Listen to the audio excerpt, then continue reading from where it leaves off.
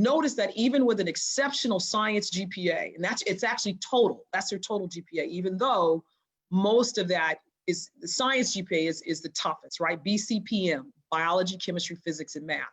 If you can get a science GPA of 3.0 and better, 3.2 starts making you very competitive, 3.3 makes you even more so, and by 3.4 and 3.5, you in.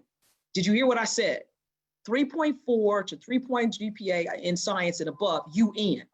That's if you just don't completely kill off the MCAT. However, where do we see most of our students as African Americans and students of color? They're in that 3.0 science range and above, 3 to 3.2 to 3.3. So now what happens is the MCAT score has to be strong. So I want you to pan over to the right and find yourself at 502 to 505. I know you see it. If you have a GPA of a 3.8 or 4.0 and your MCAT score is 502 to 505, you'll notice that you have approximately a 47.9% chance of getting in. Just think of that as 50%. Notice that even with an exceptional science GPA and a lower MCAT score, it's not guaranteed to get in. You see that, right? The maximum MCAT score is 528. And have I seen it? Yes. Have I seen a GPA of a 4.0 with an MCAT score of 5? Yes. Them people ain't human. But anyway, I saw 2 of them this year. So it's important to know you don't need to be ridiculously high on any of that in order to get into med school, but you need to be good. And as an African-American candidate, the scores are just as competitive as they are for your whites, your Asians, and your Indian candidates. So don't think that just because you're Black, somehow or another, they're gonna cut you a lot of slack. What they are going to do with holistic admissions is recognize that your life experiences and what you bring to the table as a very diverse individual, not just because of what you look like, but your experiences, say that's valuable. And that's gonna raise the criteria with regard to, given what you've been through in your life, what your research is like, what your family experiences are like. You know what, maybe you don't need 3.6 GPA, maybe your 3.4 and your 500 on the MCAT is fine. Now that does depend on what schools you apply to. Ready? It's over 150 medical schools in this nation and over 30, I think it's 38 osteopathic medicine schools. I want to say something about DOs. They are equivalent to MDs. There are those out there who don't think so, but after 19 years of practice, I know what I'm talking about. If you have a DO behind your name, you are just as an exceptional physician and just as qualified to take care of patients as anybody with an MD, and don't let anybody tell you it's not true. So if you choose to go to a DO school because that's the path that you want, then go and do it. And if you choose to go to MD, do that. And if you want to try to do both, not a problem. But don't think that just because DO, somehow or another that's less than. Not true. So I'm going to give you now the last slide, because I told you I was only going to do a few, and show you this last slide. I don't know why it's not working. There it is. So here's the websites: blackwomenphysicians.org or blackwomenphysicians.net.com, you name it. If you go on the website and do Association of Black Women Physicians, these are references for how to get to us and to get a lot of good information. Remember that last slide that I gave you? That's the list right there where it says, I think it's ShemasianConsulting.com. They are expensive as hell, but they were willing on a website to give a lot of good information that I can back up from being a part of this process and know that what they're telling you is true.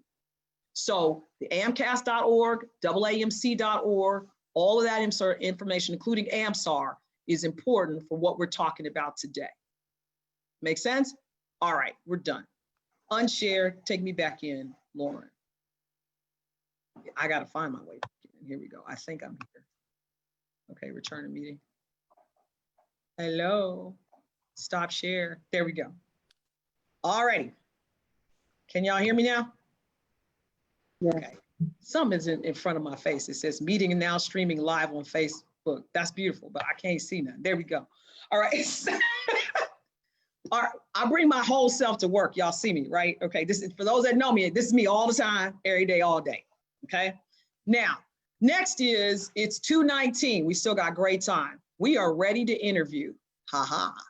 Now, Lauren has been over there looking at who is putting the information in the chat box to pick me somebody so that we can interview. Here are the ground rules. I am going to call on you. You're going to take yourself off mute. Lauren's going to take you off mute. Everybody else stays on mute. I am going to interview this candidate, and we are going to call time. For those who've come physically to our meetings, you know how this is. You can feel the epinephrine start to roll. You get 60 seconds to tell me the answer to my question. And then we're going to review that. And we're going to take a few of y'all off of, when I say a few, Lauren just worked that out. And let's get students only to talk about what they heard. Then you're going to be quiet for a second. And I'm going to let that student hit it again after listening to your constructive criticism. And you're going to give me 2 minutes now, just a minute. My family is making a lot of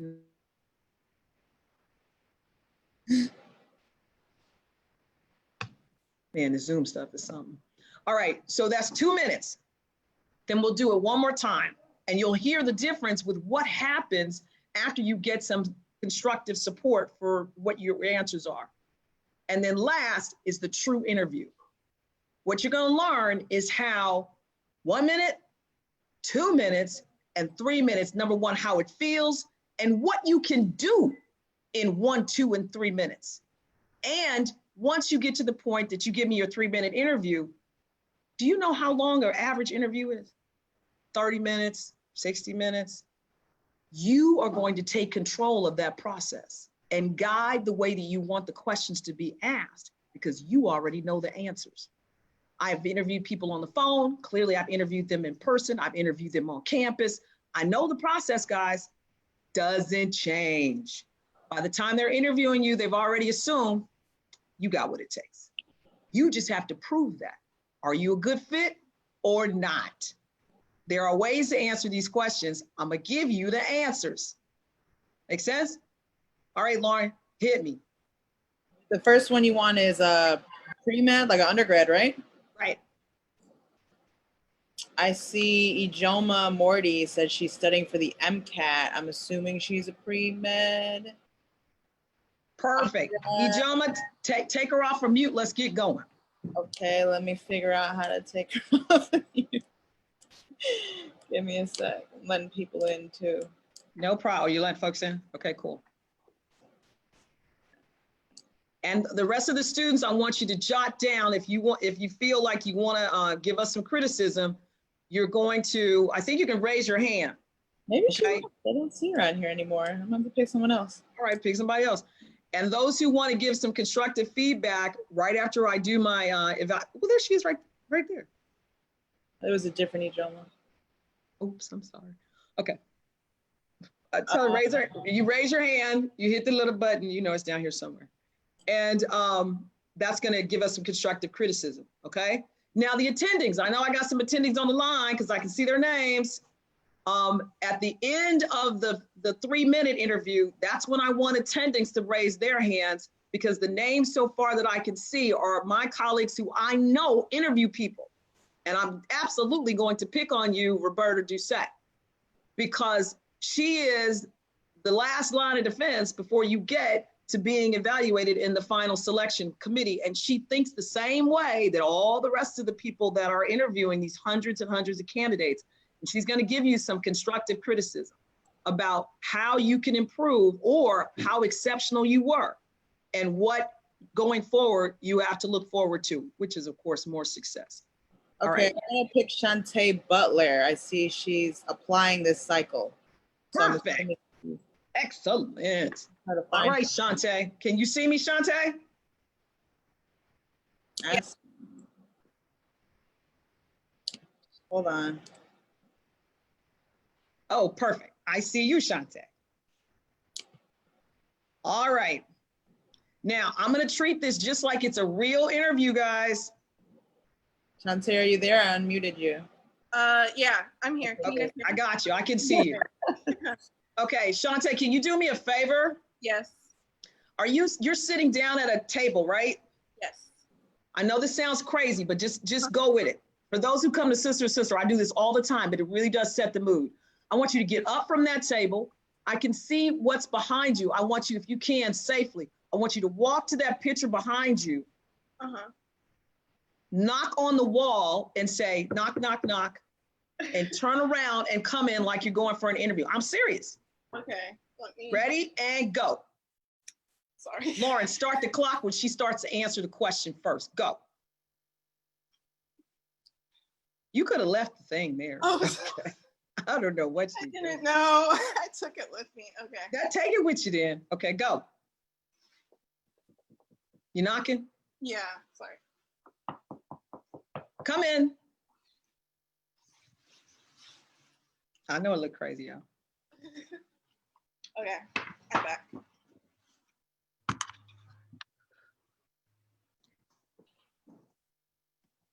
I got your papers. Well, hello, Shantae. How are you? Miss Good. How Butler. are you doing today? Nice to meet you. Nice to I'm meet Dr. you. Hines. Dr. Welcome. How are you doing, Dr. Hines? I'm doing very well. Doing very well. How are you doing today? How are you feeling? Pretty good. Today's a good day. It's nice and sunny. Excellent. Well, let's get to it. Okay, let's do it. Time. Why do you want to be a doctor? The main reason that I want to become a doctor is that growing up, 3 of my grandparents have passed away from chronic illnesses. And I have noticed that chronic illnesses have really affected my community. And I want to do something to better help that and to better educate and to provide a gap between my community and the physician community. Go on.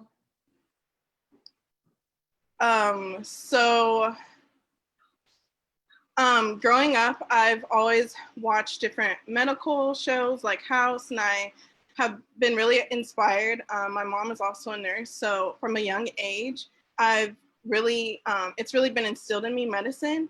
And growing up and just having to deal with my parents passing away from chronic illnesses, it made me more aware of the issues that are concerning my community. Okay. Thank you. Before you answer, Shantae, put Shantae on mute. Lauren? She's on mute. I see a face of a student that I had to keep my face straight because I felt exactly what she felt. I'm going to call on her and I want you to unmute Danielle Wilhelm.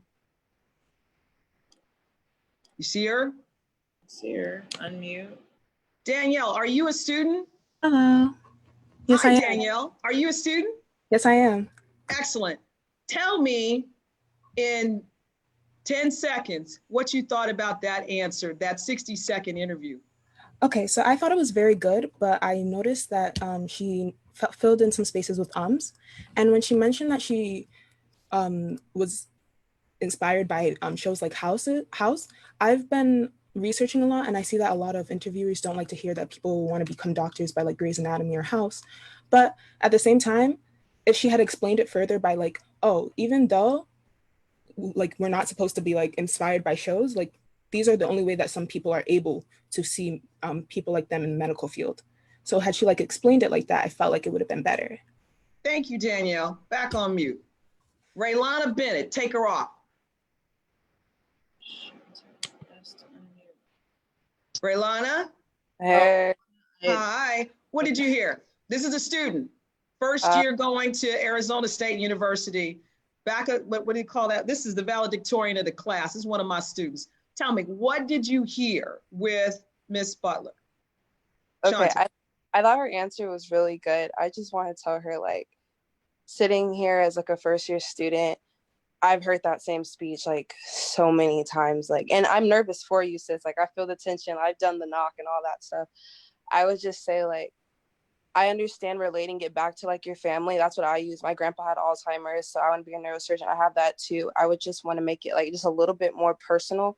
I think you tried to take 2 different concepts with the grandfathers and the chronic illness, and I guess the African American communities, and relating that to your like mission as a doctor, and made it into one concept. And I think that's why Dr. Science said go on, so you could just explain that more and break it down, because I think it was kind of unclear at the beginning.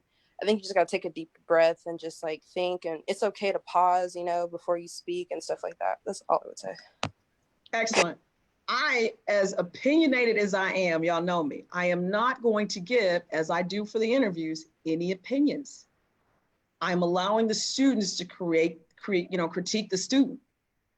That's only two. It's already 2:29. We've got an hour to do this. We may be able to get through a lot of people. Now, that's enough. Poor baby is over there going, Lord have mercy, right? Shantae, you did great. You did great, Shantae. Now, what I want you to do is take just those two students' objective criticism. They don't know you from a can of paint. This is just what they heard. You had 60 seconds to convince me, and I want everybody to notice it seemed longer than you thought it did, didn't it? 60 seconds is not a lot of time, but it's plenty time to get right to the point. Tell me what it is you think you want to tell me, and then start to expand. Did you hear that?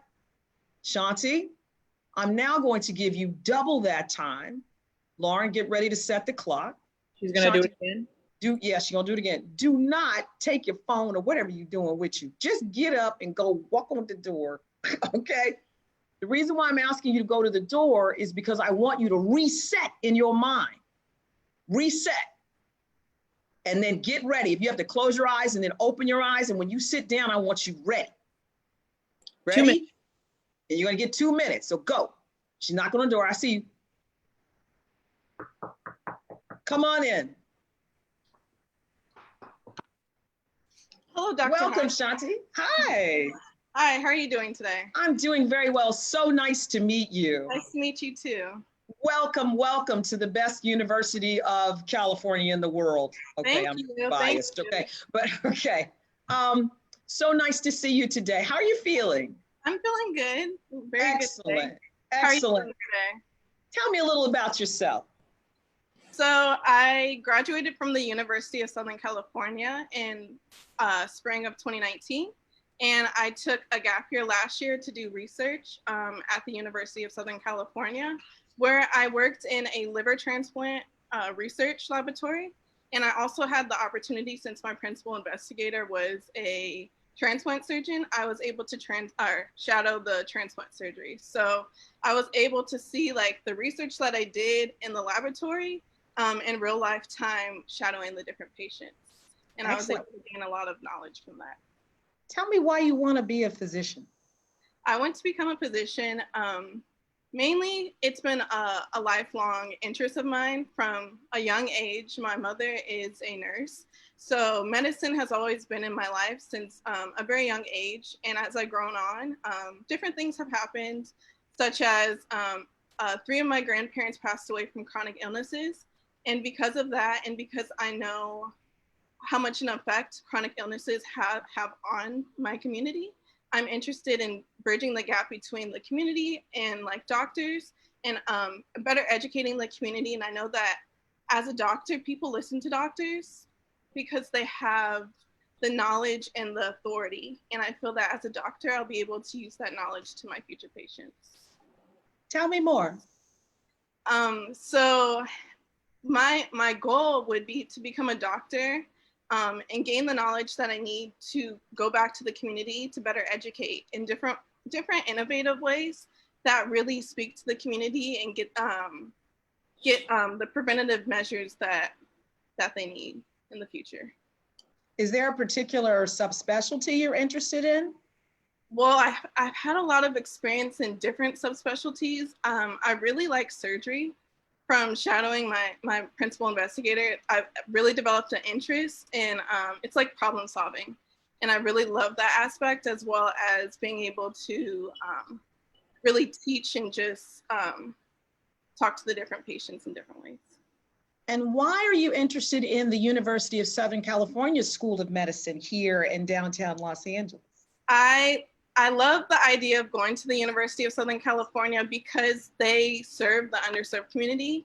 The medical school at the University of Southern California is, as you know, in a very diverse and underserved community. And that's the particular community that I would like to serve. So to be able to get that experience like at County and then also at Keck, it gives you the best of both worlds so that I could apply that as the years go on. You sound amazing and very focused in what you want to do. Tell me, are there any particular physicians you've worked with or anything that you'd like to really tell me about yourself that I may not know on paper? That you might not know on paper. Just let you know it's time, but if you want to. Oh, okay.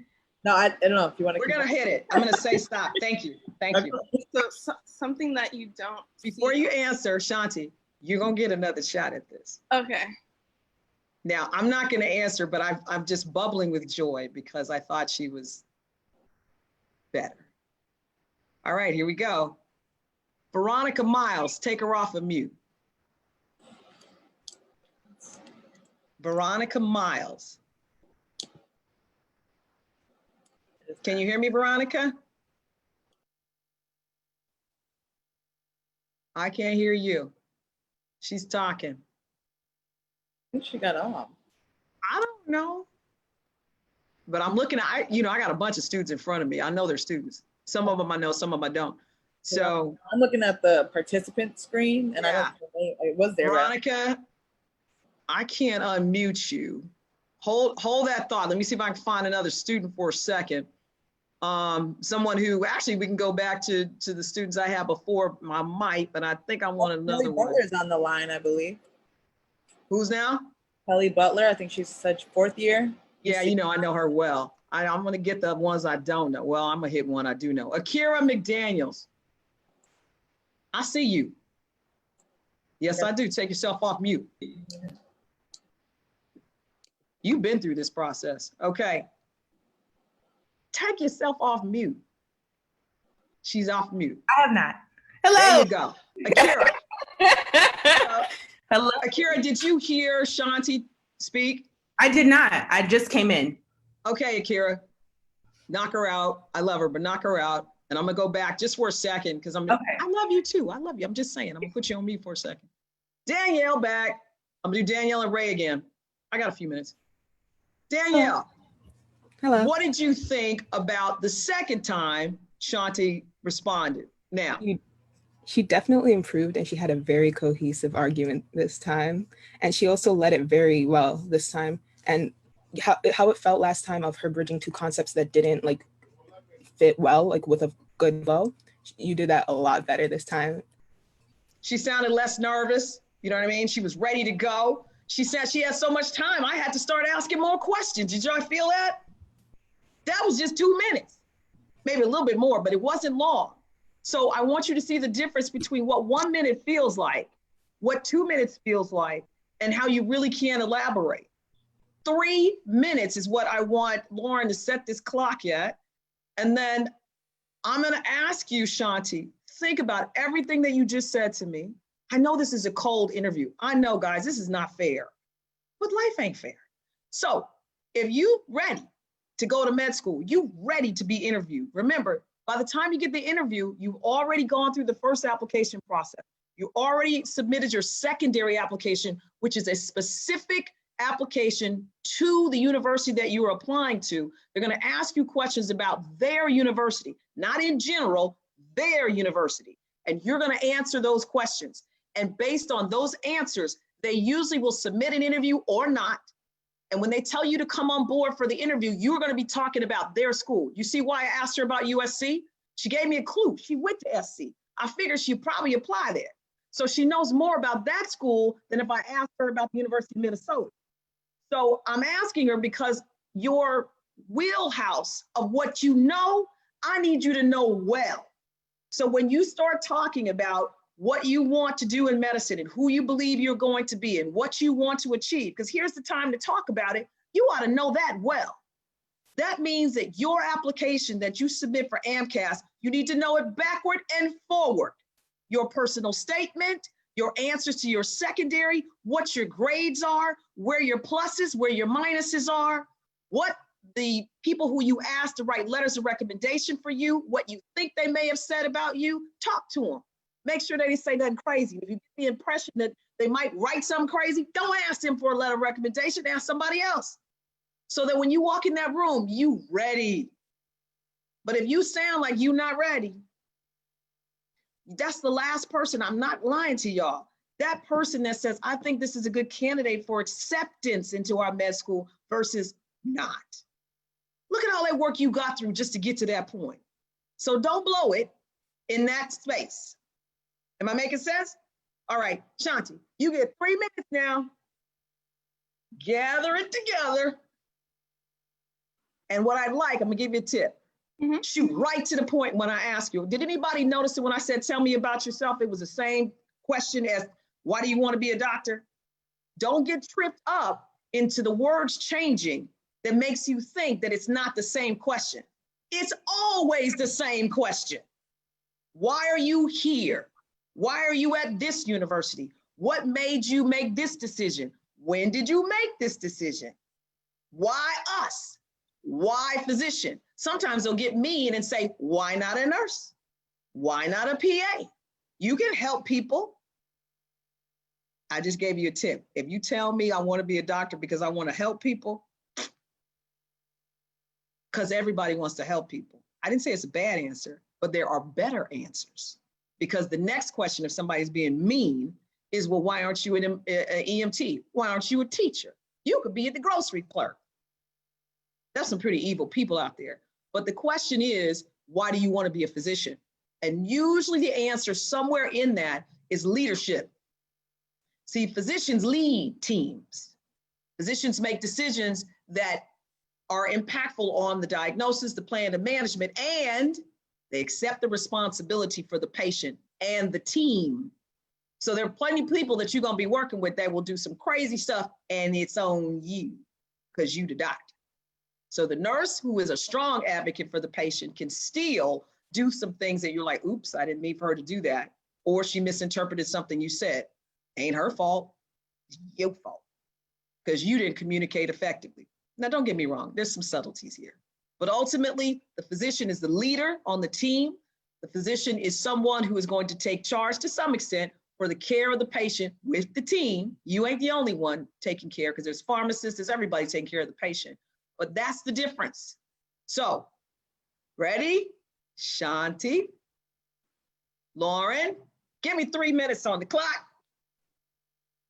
And you don't have to get up and knock on the door no more. That's enough. That's enough. But I hope that that would allow you to get ready. So what I'd like you to do for 2 seconds, not even 2 seconds, close your eyes, Shanti. And when you open your eyes, you're ready to go. And go. Hi, welcome. It's so good to see you. Nice to finally meet you, Dr. Hines. How are you doing today? I'm doing all right. I've read some amazing things about you and all the things you've accomplished thus far. I'm looking forward to hearing a lot about that. So tell me about yourself. Yes, so I have always had an interest in medicine since the time I was very young. My mother was a nurse, so we would often have different conversations as I was growing up on medicine, and that really instilled a burning passion inside of me to pursue medicine. And as I was growing up, dealing with different circumstances in my family, 3 of my grandparents passed away from chronic illnesses, really sparked my interest in medicine as it related to my community. So I have developed a very strong passion to go and to better educate the community so that illnesses like chronic illnesses, not to say that me as an individual could prevent them, but just better educate the community on them. Wonderful, wonderful. Is there any particular subspecialty in medicine that you're interested in? I love surgery. I've had experience in orthopedics from working in an orthopedic clinic. I love that experience. And I was also an emergency medical technician in college. So wonderful. Yes, so I got the emergency medicine, and I love emergency medicine just because you have to think on your feet, a lot of problem solving, and just being able to adjust to different situations that you might encounter. But my latest experience has been surgery. And I've also loved that, the hands-on aspect and just being able to like put the pieces of the puzzle together. I like. Excellent. I see that you have some research here. We haven't talked as much about that. You want to tell me about your research? Yes. So for the past year, I've been in a program. It was a post-bac research program, and it was a very selective program that was between University of Florida and the University of Southern California. All right. So for the past year, I've been working in my principal investigator's laboratory doing liver transplant rejection research. And I've been able to do scientific projects as well as clinical projects. And with that, I'm currently in the process of submitting a paper for publication, and I'm working on another one. So I've had a lot of great experiences from working in her laboratory. That is exciting. We are so blessed to have you here today. I am so happy to. Are there questions you might have for me? Yes, I wanted to know what your school, like what precautions or what your school did in the midst of COVID-19 and in the midst of COVID-19. If there's been any different changes that your school has done or how you guys responded to COVID-19. Absolutely. Well, I'm going to try to, I'm not the dean, right? I'm just on the admissions committee, but I do know that right now we're doing everything virtually because, you know, we've got over 100 students coming in, and to be able to socially distance and to do the things we need to do in anatomy class and things like that, even though that is all digital for us, it's all electronic, how we can do it in 3D motion in the room, is that we're doing most of that virtually now. We have lots of, the plexiglass is there. We've got a brand new, beautiful building. Everything is sanitized on the hour. The school, I think the classes will be staggered to some extent so that there will always be distance between the students for those classes where it's kind of imperative that we at least come in physically. Testing is free. So we're making sure that students can get tested as often or as necessary as needed. All of you have full health insurance, so we don't have to worry about you figuring out what's happening there. And all of the professors and staff have also been tested on a regular basis to try to at least reduce the incidence of the transmission of the virus between the two. Now, you know, I'm making all this up, right? In my real world fantasy, this is what I would hope. And then everyone's wearing masks, and we're doing everything that we can. Obviously, there's no such thing as zero transmission, right? Except if you were negative at home by yourself with no people, but that's not going to work. So we're doing everything that we can to reduce the likelihood of transmission, incorporating all of the CDC recommendations. So I'm very proud of the fact that we have implemented some of the more stringent criteria from the CDC to make sure that your experience is safe.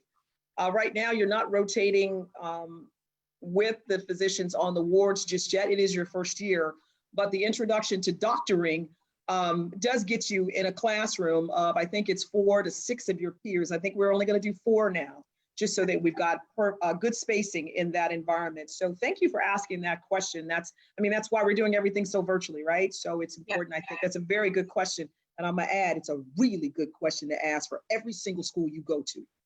Because if you get the impression that they're a bit lackadaisical, or at least the person that's answering that question doesn't know, I think that's important for you to keep in mind. You are interviewing them as much as they're interviewing you. Okay? You all that in a bag of chips and never forget it. Thank you. I also have one question. Is it appropriate to ask how the school has responded to like the civil unrest that's been going on, or would that be?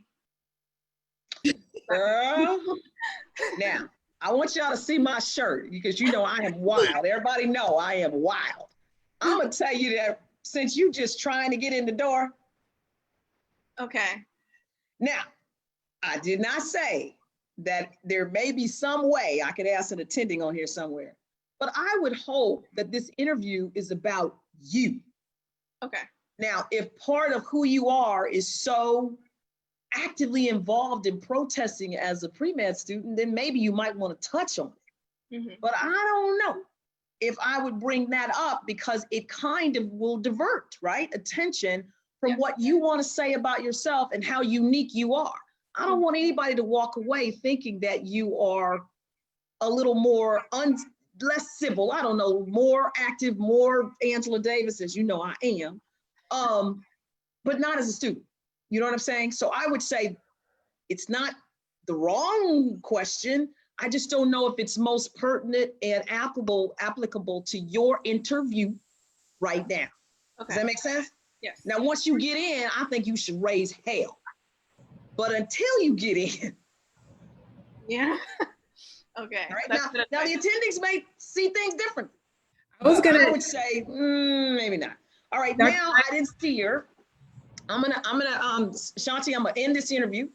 because I got to try to see if I can do 2 more. And I'm gonna pull in one of my admission counselors who is right there. Roberta, are you there?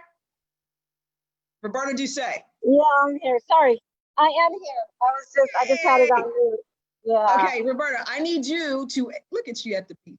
Can you surmise or? Let me take off my mask. I was sitting outside in the. Oh, okay. I'm good. I'm back in the house. So. Okay, she out there, you know, in the mansion in the backyard. You know how that is. Okay. I want you just real quickly to tell me, as an amazing, but more importantly, a very stringent, structured, academically present physician, what did you think about that interview, the last one? Because that's the one that's going to count. What did you think for Miss Shanti Butler? I think Shantae did a good job because she started off, the first thing you notice when people come in the room, their presence, their attitude. She came in, she was pleasant, and believe it or not, some people come in with the attitude. It's incredible that happens, but it does. And then also, she answered your questions. Some people will give some really short answer, and you're like, okay, they really didn't tell you much. And then the interview becomes uncomfortable because you're constantly trying to pull it out of them and trying to lead them. But in her case, she kept going and did what she needed to do. And that's normal for the first time you walk in the room, the first question, that it's not as organized. But as the interview goes on, you get better and better, and people understand that. They even take into consideration if it's the first interview of the day. So we do multiple interviews.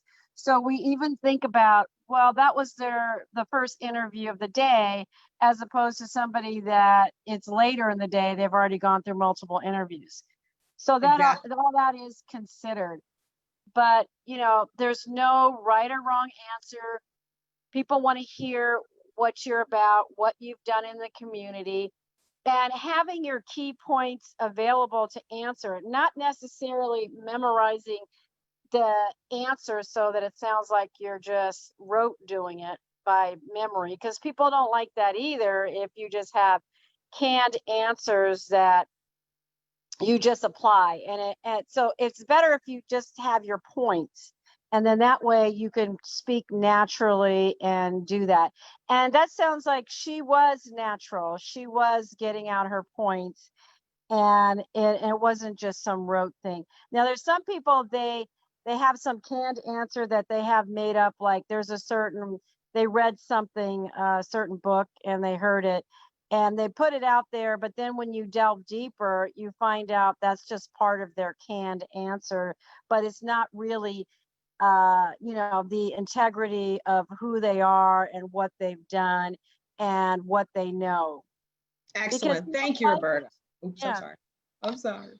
Well, No, I want to, as I got 2 more. Yes. I love you, Roberta. Okay, but that's what she said. I hope you heard everybody on the call. It looks like it's 80 people on this call. And for those who are students, listen carefully. You bring your whole self to the interview. You try to be as honest, be honest with your answers. Do you, be you. If you answer a question or you get a question that's difficult, you can say, I need to think about it for a moment and then answer, okay? We turned down a few applicants, I remember, during this past admission selection season, because every single answer was rote. I don't know if it's because they were at the end of their selection process. They had already gotten into whatever schools. They were just horrible, but they had a 522 on the MCAT and their GPA was a 3.9. So we felt almost obligated to interview them, despite the fact that on paper, they looked nothing like in physical presentation. They sounded like the most kind and altruistic, wonderful person. And yet when you had a chance to listen to them, you were like, I wouldn't let my family member go see this person. That's really important. So you don't have to be perfect. You just have to be you. And that's all perfectly fine. Shantae, I thought you were fantastic. Yes, Roberta. Yeah, one other thing, that is a good point, because there's some people that we interviewed that, like you said, they were like these top-notch candidates, but they came in the interview, there's no eye contact, like they didn't care whether they got in or not got in. I mean, you have to show that, you know, you're passionate, you care, trying to make a connection. But coming in and not doing that is detrimental. It doesn't matter what your score is. Excellent. Thank you, Roberta. I really appreciate it. Now, that was the student. For all of you on the line who are undergraduate pre-med students, this is the level of knowledge that you would have around this point. Shanti, you did a great job. I can see some of the chat box. People are saying you are amazing, because it's hard. I'm not lying to you. I bet you if I check blood pressures on some of these students, you'd be like, whoo, good she didn't choose me. You know what I mean? It's hard. And so, and when you get and actually do the actual interview, your heart's racing. Okay. So I'm putting you on the spot on purpose because I want you to feel it. But you don't get 3 tries. You only get 1. So now you know a little bit about what it's going to take. And I thought that now I've been given all this stuff. I thought you were excellent. I thought you answered the question honestly, and you came across as a kind person. You came across as you cared. And really, when I think about what's a good fit for me, that's the fit. Thank you. Okay? I appreciate it. So strong work. Thank you. And to all the students who were sending you positive vibes, didn't get a chance to say something, I thank you. I thank you, Danielle. I thank you, Raylana. You guys were great. Next up, this is going to be somebody who should have a little bit more education. You already in med school. So now I'm looking for whether or not you're a good candidate for residency fellowship or just residency, right? So first year, second year, third, or fourth. You got one for me, Lauren? I'm gonna call on somebody because I saw her name. All right, okay. UCI wrote an email, so that's why I was saying just pick Kelly Butler. Kelly Butler. It's all the Butlers, huh? Last name Butler. Still on it. Kelly. She might not be on it anymore. She's not here? I see a question, discuss the difference between residency and residency fellowship. That's just me making up that. Fellowship is you finish your residency program, which is the time after you graduate from medical school. And let's say you go into OBGYN. That's 4 years after medical school. And then you decide, I don't want to be a generalist as an obstetrician gynecologist. I want to be part of one of the 4 subspecialties. So that's high risk OB, which is perinatology, gyn-oncology, which is cancer subspecialty, reproductive endocrinology, which is infertility and all things related to that and endocrine issues. And then last is urogynecology, which is pelvic floor surgery. So those 4 subspecialties require 2 to 3 additional years, including research. So you become a sub-specialist, and that's called residency fellowship or a fellow, okay? So you outrank the residents, but you still ain't an attending. Attending is when you graduate from everything and got a real job, okay? And there are young attendings who just got out and can't believe they got a real job. And then there are people who are mid-career specialists like me. I've been in practice for 19 years, 20 years. And then there are people who are on the downside who have been in practice for 30 or 40 years or so. Does that make sense? For whoever asked that question. Okay, that was in the chat box. Okay. Anybody raise their hand. I need a med student. I see Verena down there. Verena, are you available to talk? I don't think she is. She's not. I need a med student. I got you. Got me one? This is Rebecca Rogers. Hi, boo. I'm sorry. Hi. Her boo. Okey-doke. So here is an extraordinary student who can help y'all with the MCAT. Sharp as a tack. So damn smart. But we're not going to talk about that. We're going to talk about, and I'm going to set this up, Rebecca. You are an exemplary med student. I already know that. I'm going to interview you for going into where you want to go. What subspecialty one day? You want to be a PhD, something? Preventive medicine. Preventive medicine? And public health, yes. Of course. All right. Okay. I'm not anti. I just, like I like to cut, so I should not cut. All right. So I could never do a surgery a day in my life and be the happiest woman. Here we go. So I'm gonna preface this by saying she already knows why she's in med school. She's already there. She's already excelled in med school. So now we're trying to figure out, is she the right fit for our residency program? That means when you get out, like I just explained, are you going to be good for this program? What school you want to go to? Drew. Let me just stay. Let me just stay and I'm okay. So inbred. All right, here we go. So let's not make her close her eyes and knock on the door. Okay, close your eyes, Rebecca, and you're gonna open them. Lauren, I want you to give me 60 seconds. That's it. Preventative medicine, public health, right? Yes. And go. And welcome, Rebecca. Hi, good to see you. Welcome. It's so lovely to have you today. So I've been watching you over your years as a med student, and I've been very impressed. And I was so excited when I saw your name come across my desk as being interested in our residency program. Tell me about why you're interested in coming here.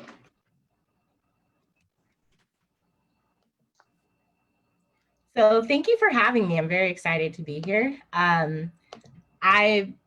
Honestly, I wasn't really interested in public health until I got to medical school and I started realizing how much we're often too late with our patients and we're really kind of intervening further along than we need to. For instance, if I have a patient who already has diabetes because they were eating the wrong foods, was there something I could have done before that to just teach them how to eat the right food and prevent them from having this outcome in the first place?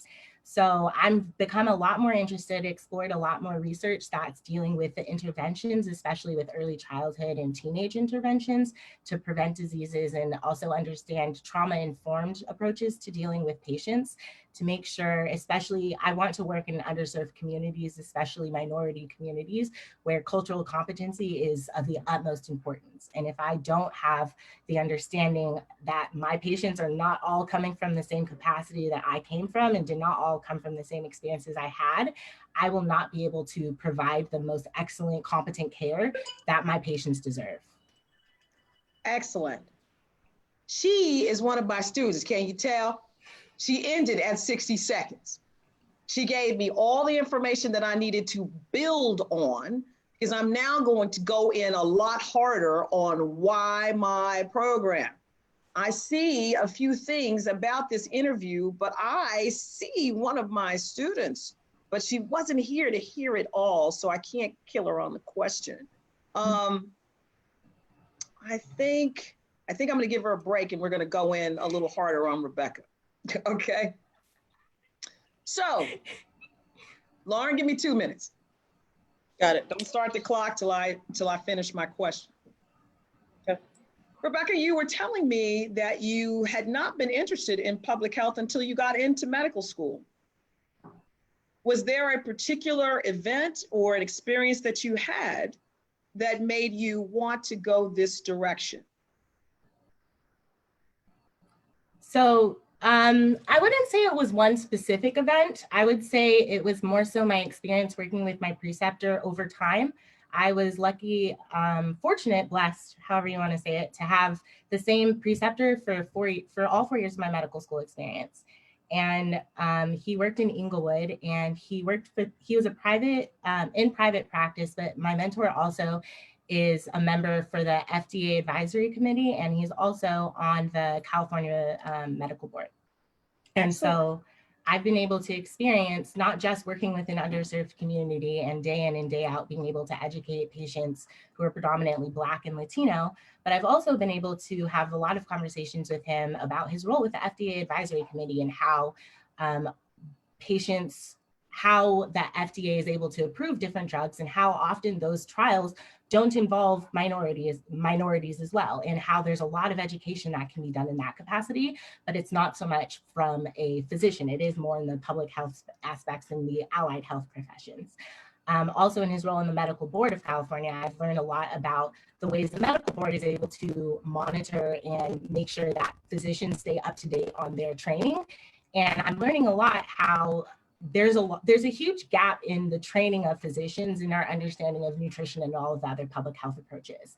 And so that's more where I will give a caveat that I knew what public health was. I took an intro to public health class when I was in college, but I didn't want to do public health on its own. I always wanted it to do in addition to, as a physician, this is what a physician does, so I will implement public health into that. And through my medical school experiences, specifically with my preceptor, but also just being in the Charles Drew Medical Education Program, all of those experiences, I've really understood how much more of a primary role I want public health to play compared to being a practicing physician and dealing more with the treatment of diseases. Yes, yes. Well, we are in the midst of a pandemic. I am not going to ask you questions that I would ask Dr. Fauci. But I am going to say, in your world of worlds and resource-rich situation, is there anything that you would do differently if giving ultimate resources for the African-American community regarding COVID? There is no right or wrong answer, but as a young budding public health preventative residency candidate to our program, what would you do? So I think there's three main things I would do. I'll keep politics to the end because I don't think politics is the only way to approach the situation. I think we can still work with the current people we have. I think first of all, we have to create resources to provide a safeguard for our most vulnerable populations. One thing that continuously is breaking my heart is that most Black people do not have the generational wealth that white people have to be able to have a support system and have a fallback of a savings account, things like that, to allow themselves to stay at home, to allow themselves to be able to adjust and not have a job for a couple of months.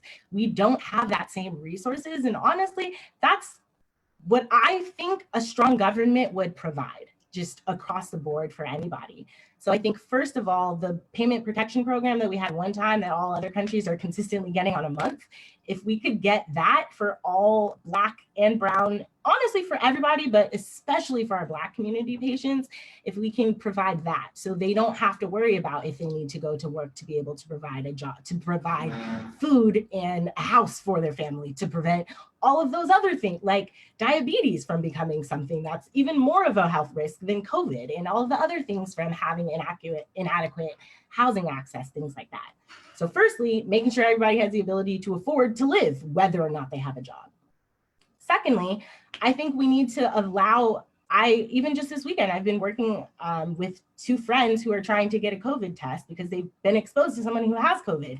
And I didn't realize how difficult it is to even just get a COVID test. Like, they say, oh, okay, yeah, it's free, it's open to everybody, and it's not. In America, money still runs everything, and I'm recognizing that if you have money and you're willing to pay it over $100, you're able to get a COVID test whenever you want. If you don't have that, you actually do have to wait a couple weeks to get a COVID test. That's wild. That's wild to me. So that is something that I would absolutely just fix, is just, no, we are prioritizing the people who need to be able to go back to work, the people who need to be able to have access. Money, we don't care. I could care less if you have the money. We are making this equally accessible to all people, regardless of your ability to pay. Actually, that would be the second thing that I would do. I see your passion. Thirdly, I would get a new president. Like, honestly, I don't want to get extremely political about it, but I think in this situation, we need to have leadership. And that's really why I want to go into public health as well. Again, I don't think it's only him. I think that leaders are across the board. But I think that if we don't have leaders who are in place, who are aware of the most vulnerable parts of their population and prioritize making sure everyone has equity, not equality, but equity, where everyone's able to get to the same spot, I don't think that that person should be a leader. So I don't know if I know who the best person to be the leader is, but I think that if our leader is not here to prioritize the most vulnerable of any population, that is not a true leader. You make me so proud. I'm really biased, okay? So I want to say that I'm very biased, and I think that Rebecca and all of my students out of this 99 plus that are on here, and you know I know most of you, probably at least 50 of you. I love you because you're so good. And I just can't wait until you hit the scene as physicians all over this country, continuing to push forward the premise and the passion of what it means to be a Black female physician, period. And then to be an exceptional physician beyond that. So it's not just being Black, because of course I got to talk about that, but see, you guys are exceptional regardless. And that's what you need to hear and know every day.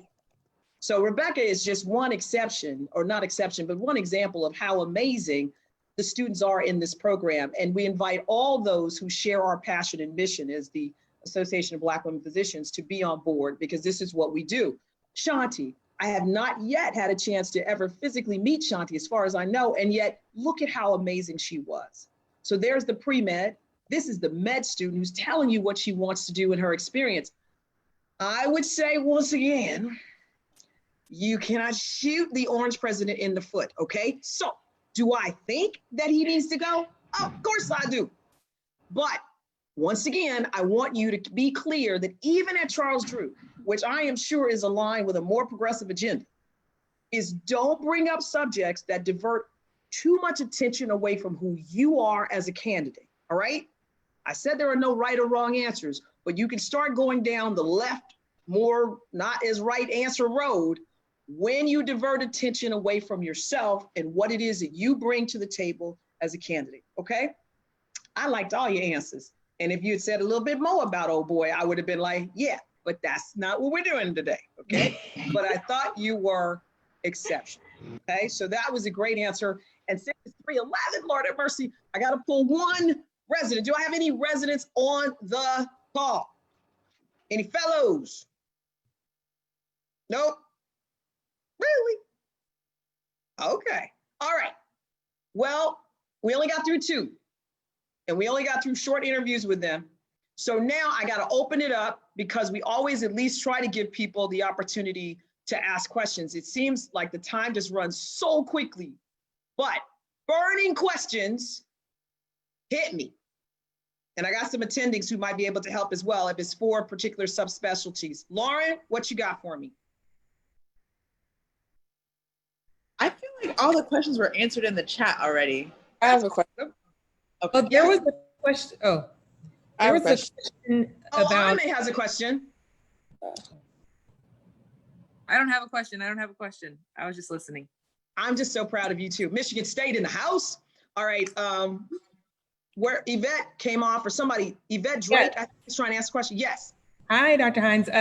So there was a question from Marquila trying to address, or they had a question and a lot of other subsequent questions about asking questions about what are resources for students of color? Is there a diversity office on campus? And so do you have any insight or input about how is that a way that you can address questions about like how they're addressing race issues in the school? Yeah, I think so. I'm gonna say this, that every major university, maybe we started off this meeting with 154 schools and the 38 osteopathic schools, most of them have a representative or representation from the Student National Medical Association, which by and large, that group grew out of the National Medical Association, which is the largest and oldest Black physician organization in the nation. It grew out of being rejected from AMA back in, I believe it's 1875 or 77. It's something like that. If you look at when AMA starts, 2 years later is NMA. And then part of NMA is Student National Medical Association. If I'm not mistaken, I got the sister of the current president, who is at Michigan State, and that's Asase Obo. So she is on fire. I'm actually speaker of the House. Oh, wait a minute. Anime is doing it too? Of course. Yeah. What'd you say, Anime? Also, I'm actually the Speaker of the House of Delegates as well. Oh, shoot. All right. So you got 2 strong representatives that can really put you out there with regard to all the Black medical students in the nation. Now, if you say, how do I address some of these issues? Well, if you are a medical student, then you're going to be working within your chapters towards trying to create a platform for what it is that you think you want to change at your medical school, or what is the platform if you feel like you've got good support and what you want to do differently, because med school is still med school. And Right. please know that less than 5% of all physicians in the nation are Black. So Yes. if your med school is that great about addressing issues with Black students, wow. Yeah. So there's no So- question that there is a platform that you can start there. For the Right. pre-meds, Well, a little Latanya, harder. can I say something about the SNMA? I was the president of SNMA at UCLA Medical School. And so they have, some of the school have advisors for the SNMA. Yes. So every school has, can have an SNMA at their school. But now even at the Kaiser Medical School, we're even having advisors to help with the organizations. So they call Absolutely. them student affinity organization advisors. Right. So So you will remember, have the there's the faculty Filipino members. students, the Mexican, Latino Medical Student Association, Asian American, Asian Pacific Islander, you name it, there's a subspecialty. But I'm not sure if the question was really getting at in med school versus the undergrads and how they could address it. Is that, because remember, if you're an undergrad, then you got to look back to your university and say, are they doing what they can to address these issues? And do you feel comfortable enough to use that organization or that structure and framework to move forward on whatever it is you think you're trying to do as far as applying? Why is that important? Because when you go to school, select the schools, you please select schools that have a higher representation for underserved communities. I hope. Because if you don't, it's a little, you may find yourself as the only student, maybe at the University of Iowa, okay, of color. Although they treat people pretty good at University of Iowa. But you try not to be the only, and no faculty. This is important.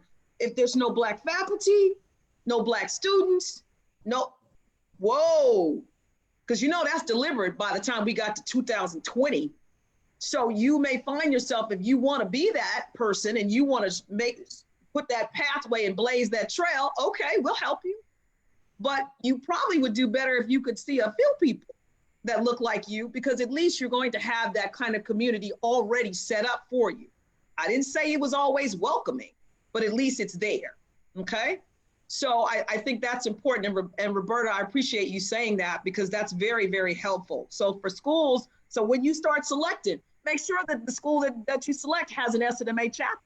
That's helpful, okay? And Anna may know, especially as the speaker for the delegates, is there a chapter represented at every single medical school in the nation? No, we are still working on that. I see somebody shaking their head no. Okay. Well, we have over 450 chapters, I will say. All right, all right. And we do our best, especially now, especially with Asase's presidency. It's very interesting because the past president's focus was on increasing our technological presence. Okay. And then we have Asase, whose focus has been on trying to build bridges and make connections via media, right? As like treating SMA as a brand. So because of that, we have so many good things, including the Sowing Seeds webinar. I'm not sure if you guys have seen it or are connecting with it. But if you're in medical school and you want to learn about any and every specialty, we are working on making sure that we have panels for each of those things on Excellent. live like this. And then if you are a pre-med student, I actually spearheaded a traditional and non-traditional medical student panel that allowed students to connect that way. We created surveys so that we could funnel in students into our one-to-one pre-med mentorship program that we're working on right now on a national level. I want to bring up, I see a face that I saw her for the first time, I think it was a week ago. Is this Dr. Renisha Owens? Is that Dr. Owens? Do you hear me? Yeah, no, I'm still undergrad. You're still undergrad. I met the one with a very similar name. A couple years ago. Oh, okay. Oh, what? I was on this thing called Pre-Med Solutions. Let me put that out there, guys. PreMedSolutions.com is an organization that was started by, his name is Dr. Frank something, okay? And he started his organization 2 years ago to increase the pipeline to students basically in the Southern Corridor in Georgia and maybe Arkansas, Mississippi, Florida, okay? And what he does is he had over maybe 150, almost 200 people on a virtual call I was on a couple weeks ago. And he was talking about basically the same things that we do for trying to help people to get into school. And he had all of the admissions officers from many of those schools, and many of them were Black and part of the diversity, equity, inclusion sub-departments. And they were talking about their GPAs, and their lowest they take, MCAT maybe was 496 or 500, and the GPA was 3.4, 3.3, 3.2, right? And students were all excited about that, right? And then he was talking about what it would take to get in and the research opportunities and some of the questions that the students were putting out there. And I was like, we've been doing this for 40 years. And I said, he made it sound like, and I thought he was amazing, but his little corridor, and I was like, wait a minute, what about the rest of the country, right? And so I put my name in the chat box, and I was like, we're doing this on the West Coast. You know that, right? But then it just seemed like maybe, and I don't see any malice, is that the same issues that the Association of Black Women Physicians had when we broke off to some extent from the National Medical Association as Black women, and not necessarily really feeling like we were being as heard.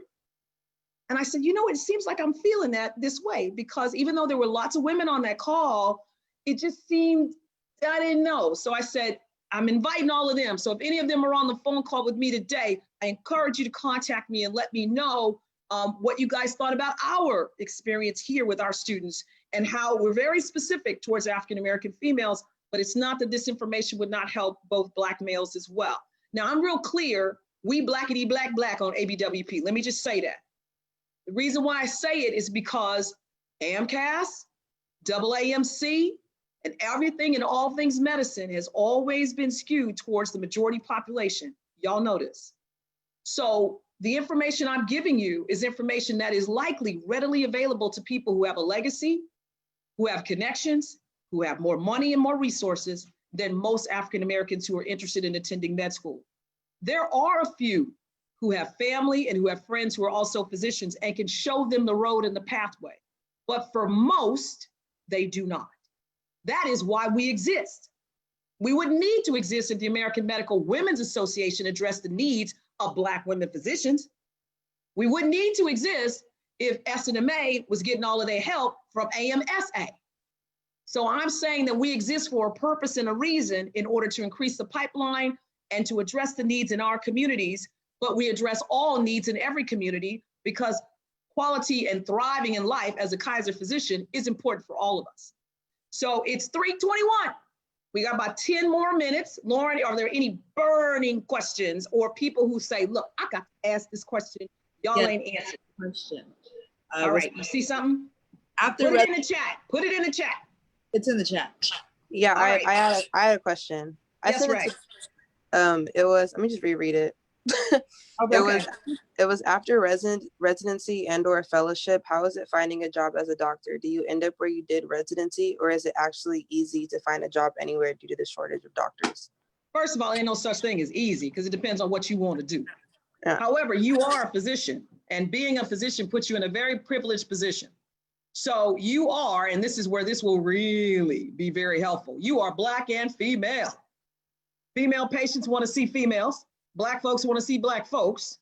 And we are overly, unfortunately, represented with higher chronic disease and illness wherever you decide to go. If you want a free ride on your tuition with med school, as well as loan forgiveness, go to areas that are underserved. And so when you apply to your residency, or when you apply as an attending, you apply to either those programs or those jobs. If you want to work for the military, you could work likely for free. If you say that I want to work at King Drew, or I want to work at, in Chicago or in New York in very underserved areas, they may give you an additional stipend to work in those areas. So is getting a job hard as a physician once you graduate? No. Depends on where you want to live. Let me say that. Okay, so if I go to That's the truth. Yeah. If you want to live in California, in Southern California, you got your hands cut out for you. Okay, it is very competitive, because even if the jobs are not that great and the pay is not that great, if you can see our weather, for those of you that don't see that it's 92 degrees and the sun is bright and shining, it's beautiful. Versus down south with the hurricanes, or the East Coast with the 4 true seasons, it's different. So competition is always a little bit tougher on the more competitive places to live. So as far as getting a job, I doubt that. If you're board certified with no problems, you're an excellent physician and clinician, you're gonna get a job. That's not a problem. So being a physician will offer you financial security, absolutely. It will make sure that you have a skill set that very few people have, and you will have it for the entire rest of your life. Nobody can take that away from you. And your ability to move with that skill wherever you want to go. So it is an amazing job being a physician, and I don't regret not a day making this choice. There are some days when I decide that this is ridiculous and they working me to death. But I've also had the opportunity to own my own practice and to practice medicine the way that I thought I wanted to. And now to be a part of a managed care organization, one of the largest, that still technically allows me to do the same things. So I feel like I've had the best of both worlds. So I still think it's a great job. Yes, there is burnout for those who are not happy. And yes, we as physicians, unfortunately, have the highest rate of specialties as jobs occupationally for suicide. So it ain't all roses. But I would say that for those who have struggled to get to the place where they are and are willing to move forward to be great physicians, you will get everything out of what you put in. It is worth it every day. Other questions? And Kaiser has tuition free for 4 years. Apply. Question. Yes. How should we go about getting letter of recs in undergrad? Is it different if you plan on taking gap years? Yeah, that's my question. That's a great question. The answer is ask somebody who you've worked directly with who can write you a good letter. Let everybody listen carefully, because here's the question. You may feel uncomfortable. I need you to ask it this way. Hi, Dr. So-and-so, or hi, so-and-so, whoever the person is. I'm applying to medical school, and I would like you to write me a letter of recommendation. Can you write me a good letter of recommendation? Do you feel you know me well enough to write me a strong letter of recommendation? And please be honest with me. I won't take offense if you say no. Did you hear me? Yes. Did everybody hear me? Because if you get the person, you don't really know this person, you wait till the last minute and you get a letter, it's gonna look like a template. Mm-hmm. Template letters, you know how many letters we got to read through? I need to hear in the letter that you are an exceptional student and that you're being compared to maybe previous students that this professor or this person has had, that your, I don't know, high school or whoever counselor thought that you were exceptional and they knew it from the time you started, that your school minister thought that you were just amazing, that you had a focus and a determination from the time they saw you when you was 12. I need somebody to say that they know you and they believe in you, and there's no question that you are going to be an amazing physician, and they should be, it would be a loss if they didn't take you into their medical school, or that it would be a loss for that university if they didn't see your potential and academic acumen. I need them kind of letters, because them little pantsy little one page, I think she's great, this is my opportunity, she was in my class, she did, ain't nobody care about that. Now, if your GPA is a 3.5 and above and your MCAT scores are 515 and above, you don't even need the letters almost, unless you crazy. And as I read through the letter, I realize it's some kind of wrong. But otherwise, everybody needs good letters, good, strong letters. So you go through AMCAS, I showed y'all how to do that. And you put the person's name in that you want to write the letter, and they will then create a code, an ID code that links to your application.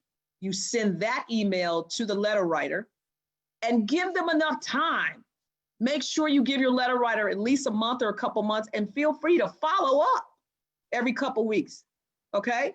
Give them enough information to write you the letter. Give them much of your CV or bio or whatever you can, so that and you tell them what you want, at least add this part to it. I want you to know this part about me. You know what I'm saying? So that it humanizes you, right? You don't want just your bench research and how amazing you are. And remember Shantae, when she was talking about, she finally mentioned that she was a author on her paper and she's submitting this. I mean, that's amazing, good stuff. I can go look up that paper in her package. So you want all that kind of information in there. Once again, good letters. Another question? Hi. I had a question. Hello, I had a question about Kaiser Permanente. So yeah. I was doing a lot of research on that school and about how they're offering free tuition for like their first 4 cohorts. Yep. And At first I thought about it and I was like, this sounds really great. But then I also thought, and I read, and I was on their website and I was getting pumped and I was getting hyped. And because I was reading about it and I was like, oh, they don't have a minimum MCAT score or GPA. And they seem like very open-minded towards students and like very holistic. And I was like, this is great. But then I also thought, I was like, are they gonna like pull something like NYU or like, because like they're now like free and they have so many applications, they're just going to be like, okay, we're going to pick the best stats. And then all of a sudden when it's not free, like their stats are very. Let me say something about them. First of all, I am beyond proud to be a part of the Kaiser Permanente School of Medicine. And I am one of 14 final selection committee members that reads that application and makes a vote. And they know me, and I say I'm biased. If you Black, I'm for you. I'm Issa Rae on that committee. I am everybody Black. I'm for everybody Black. Okay. Now, there are some though that sometimes we wonder how they managed to get all the way to that point, because you're like, this application is really weak in comparison to the other Black candidates, for that matter. And so now, because I am for everybody Black, I've got to be a strong advocate. And sometimes, believe it or not, I'm not as strong. But last year, there were 4 Black people on the admission committee, including the dean, who is Black. And we would have a consensus to some extent. When a candidate is excellent, they're excellent. They just happen to be Black. But sometimes I would hear from some of my colleagues that would be sitting across the table, and you could just hear it wasn't a microaggression. This is straight up macro. Well, you know, he seems like he's not as focused. I actually pointed it out. I said, why? Because he's Black? Because he's male? Because the picture he looks like he's a big Black man? Does that intimidate you? You know, I didn't make any friends in that situation, but I had to point it out because academically, he had everything that it took. He was a PA. They said he seemed arrogant. How the hell you seem arrogant in comparison to all the other overly confident candidates? So having somebody, I believe, like me, and others who were vocal, some a lot more subtle, does make a difference. So when you say, are we all of a sudden going to not select people? No, lady, it's 10,000 applications. And we are committed, every single person, we are committed to going through them. By the time it gets to us, we're down to 700. But there is a huge number of people that read through those applications. We don't have a computer. We do have a computer, but it's not set at shut off everybody that doesn't have a GPA of 3.2 or something. It doesn't. Her name is Dr. Lindia Willies-Jacobo. She was on here as the dean, last sister to sister, showing you what they do. So that's why when people, if they're interested in paying their $10 as members, who gets the opportunity to talk to the dean of the med school? I actually saw that meeting, but I was 2 days late and I was like, no worries. I missed it. It's all right. So we're coming to a close, and we're going to have another sister to sister next month. And we didn't get a chance to do as much of the interviews because when you're physically in front of us, you've got the attendings. I'm not the one always doing the interview. And so you get a chance to hear how other people, would approach an interview. And I think that that's very helpful, and lots of other students, and how they can give you really great objective criticism. So, and always in love, and we call it creating a circle of trust. And that is that you can say things in that meeting about how you're feeling. There have been many a tear shed at a sister to sister meeting about not feeling as if you're being made welcome at your medical school, or that the process of applying to med school is so hard, or that preparing for the MCAT is just stressful, or that you have applied to medical school 1 time, 2 times, 3 times or more, and that you just don't feel like you have what it takes, or no one's ever told you that you are an exceptional individual, and that when you come to our meetings, you are made to feel and know that that is absolutely true. There is nobody more exceptional and bright than you are. You wouldn't have got to this point in your life if somebody gave it to you. You earned it, every one of you. And for those who are attendings on the call, they know it to be true, because every day somebody is trying to let you know in some way, either blatant or subtle, that you don't have what it takes. And yet you always seem like you're proving, those who get as old as me decide that ain't worth it, that you know that you're there for a reason, and that you have a purpose, and that you are excelling. And so here's the place that you can come, the Association of Black Women Physicians, and know that we care about you, and that we want you to have the success that we know you have the capability of achieving. And we can and will do all we can to help you, but you have to put in the effort as well. So without further ado, oh, I see some of my students. Here come my new student, Opie.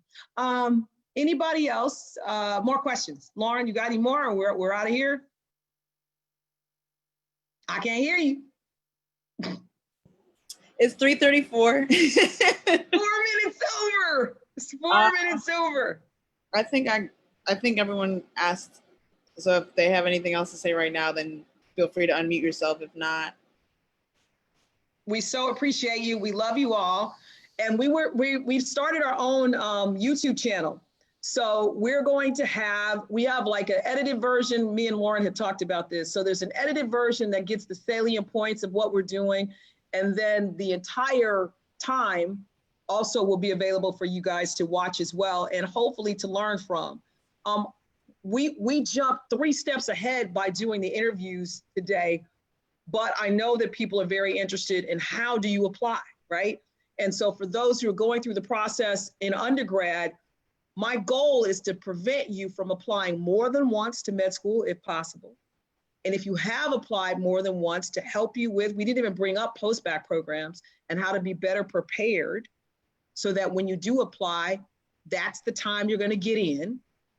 And then after that, resources in our organization for research and scholarship, as far as being able to scribe or, all those things as best we can. Now, I asked the mentors to sign the chat so that they're interested in being a mentor.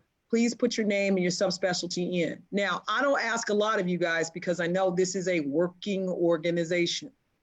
So we do not have a curriculum. What we do have is I will match you with a student, and I expect you to call that student and to establish a relationship where the two of you, if it is a good fit, that you guys can work together on what the student needs. I can teach you about the AMCAS and all the stuff that you need to help that student.